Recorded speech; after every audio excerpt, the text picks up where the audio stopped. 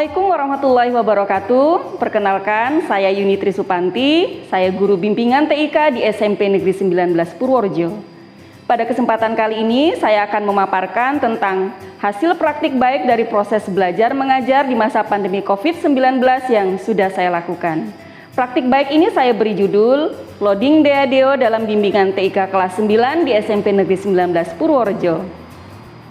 Loading DADO adalah akronim dari Blended Project Based Learning bermedia video yang merupakan kombinasi dari model pembelajaran blended learning dan project based learning. Kondisi pandemi menjadi tantangan bagi pendidik untuk memilih model pembelajaran yang sesuai agar tujuan pembelajaran bermakna dapat tercapai, serta mengurangi dampak learning loss dikarenakan hilangnya kesempatan belajar secara efektif bagi peserta didik di sekolah. Saat all kegiatan pembelajaran tatap muka terbatas, pendidik membuat media pembelajaran berupa video yang diunggah ke akun YouTube, bertujuan agar siswa dapat belajar mandiri dari rumah dengan melihat tayangan YouTube tersebut. Kemudian pada saat tatap muka di sekolah, siswa dapat menanyakan hal-hal yang belum dipahami dari materi pembelajaran. Hal tersebut dilakukan karena waktu pembelajaran tatap muka terbatas untuk bimbingan TK hanya 1 jam pelajaran. Berdasarkan pengamatan kondisi kelas saat kegiatan pembelajaran tatap muka terbatas, pendidik dapat mengambil fakta bahwa pertama, dengan menggunakan metode ceramah saat tatap muka, peserta didik terlihat kurang bergairah dan kurang termotivasi untuk belajar. Kedua, peserta didik tidak bisa berlama-lama tanpa aktivitas menggunakan handphone. Ketiga, kemandirian peserta didik yang rendah. Keempat, peserta didik kurang merasa tertantang dengan metode pembelajaran yang digunakan. Dan yang kelima, strategi pembelajaran yang digunakan pendidik belum begitu baik dalam mencapai tujuan pembelajaran. Dengan handphone yang dimiliki peserta didik dan karakter peserta didik yang tergolong digital natif, familiar dan terbiasa menggunakan IT, serta bantuan kuota belajar dari pemerintah, hal-hal tersebut merupakan sebuah kekuatan dan peluang yang dapat dimanfaatkan untuk memaksimalkan pembelajaran. Pendidik berupaya mengembangkan potensi peserta didik serta memotivasi peserta didik agar lebih aktif, memanfaatkan Android dengan lebih sehat dan bijak untuk belajar, serta menghasilkan karya dalam pembelajaran. Untuk itu, pendidik merancang model pembelajaran Loading DADO yang bertujuan mengurangi dampak learning loss dan meningkatkan karakteristik dan kompetensi 4C peserta didik. Perencanaan PTMT untuk mengatasi learning loss dengan model pembelajaran Loading DADO sesuai dengan tahapan Project Based Learning adalah sebagai berikut. Pertama, penentuan pertanyaan mendasar. Kedua, menyusun rencana proyek. 3, menyusun jadwal aktivitas. 4, memonitoring peserta didik dalam perkembangan proyek. 5, penilaian hasil kerja. Dan 6, evaluasi pengalaman belajar siswa. Pelaksanaan PTMT untuk mengatasi learning loss dengan Loading DADO adalah sebagai berikut. Yang pertama, penentuan pertanyaan mendasar. Pada tahap ini, pendidik memulai dengan pertanyaan yang esensial untuk memancing pengetahuan, tanggapan, dan ide peserta didik tentang ide proyek yang akan diangkat. Pendidik memberikan wawasan pengetahuan kepada peserta didik tentang beragam konten-konten di media sosial yang bermanfaat di bidang pendidikan, bahkan bisa menjadi sumber penghasilan, serta memberi dukungan serta motivasi kepada peserta didik untuk berkarya menghasilkan konten-konten yang bermanfaat dengan menggunakan perangkat handphone yang dimiliki peserta didik. 2. Menyusun rencana proyek. Perencanaan ini berisi aturan main serta mengetahui alat dan bahan yang dibutuhkan untuk membantu menyelesaikan proyek. Pendidik membimbing peserta didik dalam memilih perangkat lunak editing video yang akan digunakan dalam proyek dan menjelaskan tahapan-tahapan dalam memproduksi sebuah video.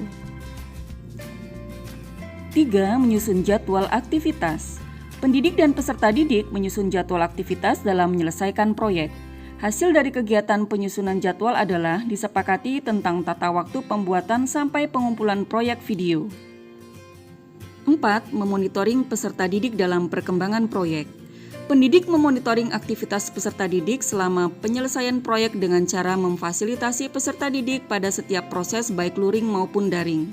Dengan demikian, pendidik berperan sebagai mentor bagi aktivitas peserta didik. Hasil dari kegiatan monitoring, peserta didik lebih bersemangat karena mendapatkan perhatian dari pendidik serta mendapatkan solusi dari permasalahan yang dihadapi dalam pembuatan proyek video. 5. Penilaian hasil kerja. Selain memberikan penilaian ulangan harian, pendidik juga memberikan reward berupa komentar yang positif pada video yang diunggah untuk mengapresiasi karya peserta didik, serta meminta peserta didik untuk saling memberikan komentar pada video peserta didik lain sebagai bentuk menghargai hasil karya teman. Selain itu, pendidik juga memberikan penilaian untuk karya video terbaik dalam bentuk mini challenge atau perlombaan. Hasil dari berbagai penilaian yang ditetapkan pendidik, peserta didik menjadi bersemangat untuk menyelesaikan dan mengumpulkan proyek video. Peserta didik merasa sangat termotivasi, tertantang, dan berusaha membuat karya video sebaik mungkin. Perlombaan juga mengasah karakter peserta didik dalam berkolaborasi, terbiasa bekerja keras, serta percaya diri. 5. Evaluasi pengalaman belajar. Pada akhir proses pembelajaran, pendidik dan peserta didik melakukan refleksi terhadap aktivitas dan hasil proyek video yang telah dijalankan. Peserta didik diminta untuk mengungkapkan perasaan dan pengalamannya ketika menyelesaikan proyek tersebut. Menyenangkan sekali mapel BTIK dengan tugas membuat video. Tugas tersebut membuat saya tertantang. Ternyata dalam prosesnya tidak gampang dan membutuhkan kreativitas. Alhamdulillah, dengan video tersebut saya mempunyai sebuah karya yang bermanfaat bagi diri saya dan orang lain. Membuat video itu gampang-gampang susah tapi menyenangkan. Seneng deh, dari HP bisa membuat karya video yang Hasil yang dicapai.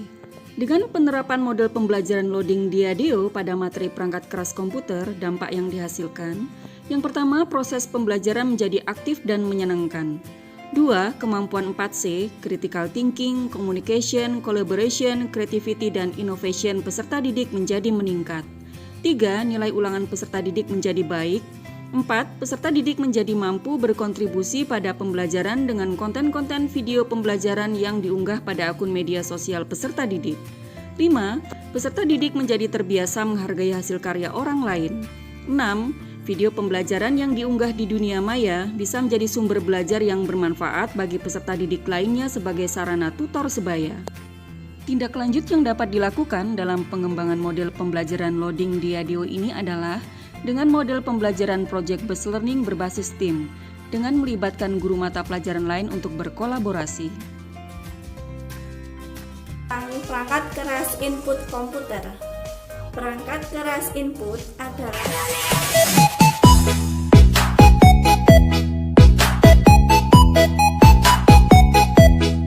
perangkat keras kelistrikan. Pertama, power supply. Praktik baik loading Diadeo ini juga sudah saya seminarkan dalam forum ilmiah yang dihadiri kepala sekolah dan guru mata pelajaran Sesup Rayon 03 Luano Purworejo.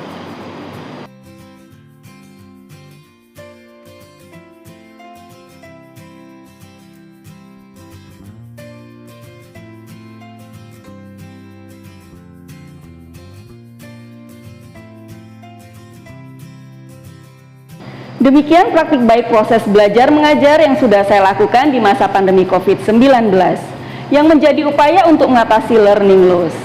Mari bergerak dengan hati, pulihkan pendidikan. Assalamualaikum warahmatullahi wabarakatuh.